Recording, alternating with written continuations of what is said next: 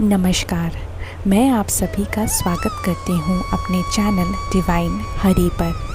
पिछले वीडियो में हमने स्कंद 3 के अध्याय 16 का अध्ययन किया था और जाना था किस प्रकार जय विजय का वैकुंठ धाम से पतन होता है, जिसके वीडियो का लिंक आपको डिस्क्रिप्शन पर मिल जाएगा।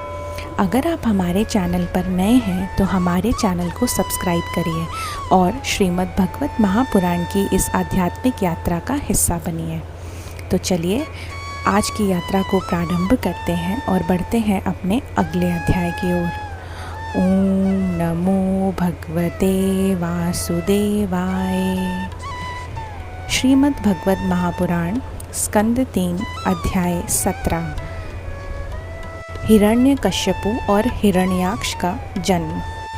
श्री मैत्रेय जी ने कहा, विदुर जी, ब्रह्मा जी के कहने से अंधकार का कारण जानकर देवताओं की शंका की निवृत्ति हो गई और वे सब स्वर्ग लोक को लौट आए।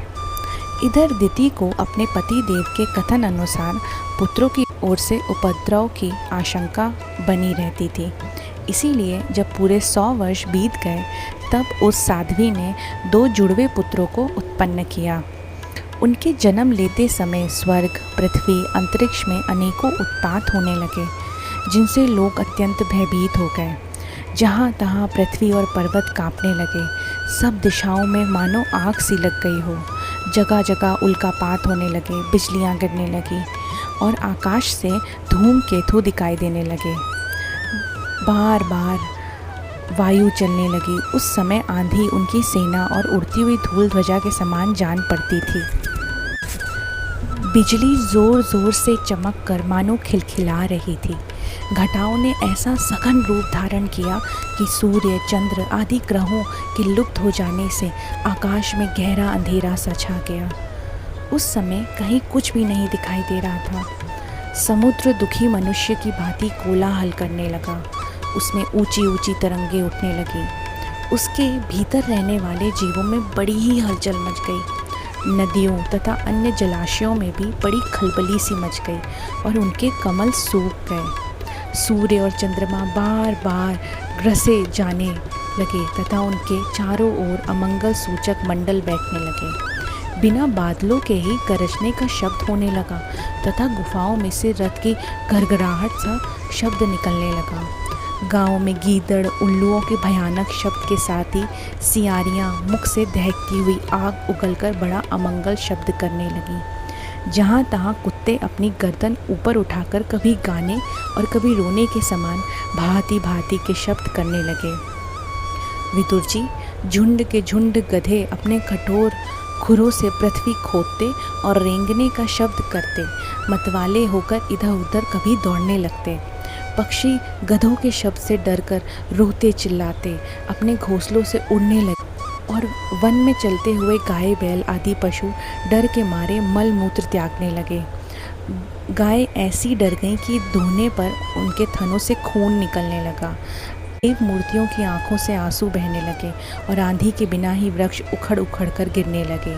शनि, राहु आदि क्रूर ग्रह प्रबल होकर चंद्र, बृहस्पति आदि सौम्य ग्रहों तथा बहुत से नक्षत्रों को लांघ कर वक्र गति से चलने लगे और आपस में ही युद्ध करने लगे। ऐसे ही अनेकों भयंकर उत्पात देखकर सनकादि ऋषियों के सिवा सब जीव भयभीत हो गए तथा उन उत्पातों का मर्म न जानने के कारण उन्होंने यही समझा कि अब संसार का प्रलय होने वाला है।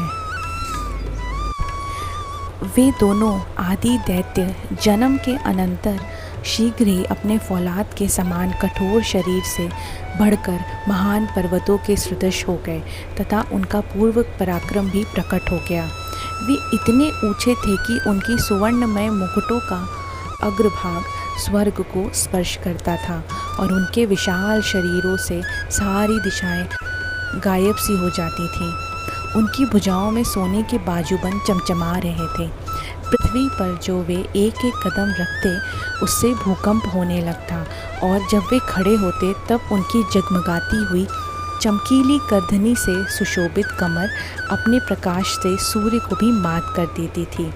वे दोनों यमज थे। प्रजापति कश्यप जी ने उनका नामकरण किया। उनमें से जो उनके वीर से दिति के गर्भ में पहले स्थापित हुआ था उसका नाम हिरण्यकश्यपु रखा, और जो दिति के उदर से पहले निकला वह हिरण्याक्ष के नाम से विख्यात हुआ। हिरण्यकश्यपु ब्रह्मा जी के वर से मृत्यु भय से मुक्त हो जाने के कारण बड़ा ही क्रूर हो गया। उसने अपनी भुजाओं के बल से लोकपालों के सहित तीनों लोकों को अपने वश में कर लिया। वह अपने छोटे भाई हिरण्याक्ष को बहुत चाहता था और वह भी सदा अपने बड़े भाई का प्रिय कार्य करता ही रहता था। एक दिन वह हिरण्याक्ष हाथ में गदा लिए युद्ध का अवसर ढूंढता हुआ स्वर्गलोक में जा पहुंचा। उसका वेग बड़ा ही असह्य था। उसके पैरों में सोने के नुपुरों की झनकार हो रही थी, गले में विजय सूचक माला धारण की हुई थी और कंधे पर विशाल गदा रखी हुई थी। उसके मनोबल, शारीरिक बल तथा ब्रह्मा जी के वर ने उसे मतवाला कर रखा था, इसलिए वह सर्वथा निरंकुश और निर्भय हो गया था। उसे देखकर देवता लोग डर के मारे वैसे ही जहाँ तहाँ छिप गए, जैसे गरुड़ के डर से सांप छिप जाते हैं। जब दैत्यराज हिरण्याक्ष ने देखा कि मेरे तेज के सामने बड़े बड़े इंद्रादि देवता भी छिप गए हैं, तब उन्हें अपने सामने ना देखकर वह बार बार भयंकर गर्जना करने लगा। फिर वह महाबली दैत्य वहाँ से लौटकर जल क्रीड़ा करने के लिए मतवाले हाथी के समान गहरे समुद्र में घुस गया, जिसमें लहरों की बड़ी भयंकर गर्जना हो रही थी। ज्यों ही उसने समुद्र में पैर रखा कि डर के मारे वरुण के सैनिक जलचर जीव हक्का बक्का गए और किसी प्रकार की छेड़छाड़ ना करने पर भी वे उसकी धाक से ही घबराकर बहुत दूर भाग गए।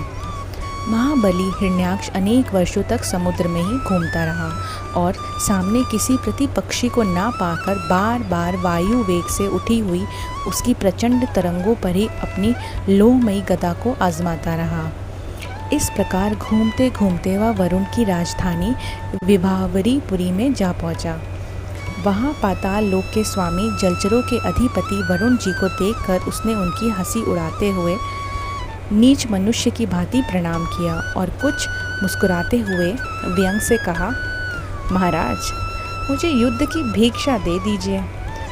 प्रभु, आप तो लोकपालक, राजा और बड़े कीर्तिशाली हैं।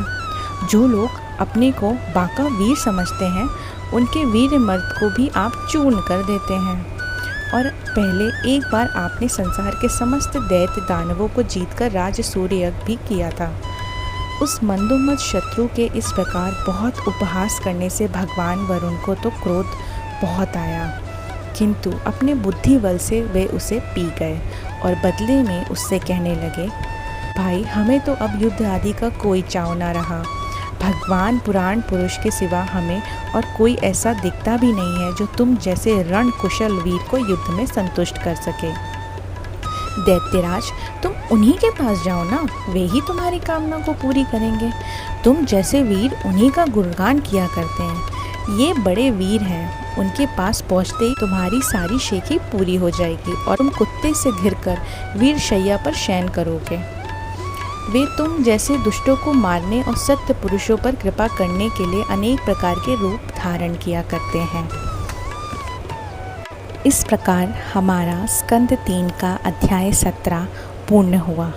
अगर आपको हमारा ये वीडियो पसंद आया है तो हमारे चैनल को सब्सक्राइब करें, लाइक करें और शेयर करें हमारे वीडियो को। धन्यवाद। जय श्री हरि, जय श्री हरि।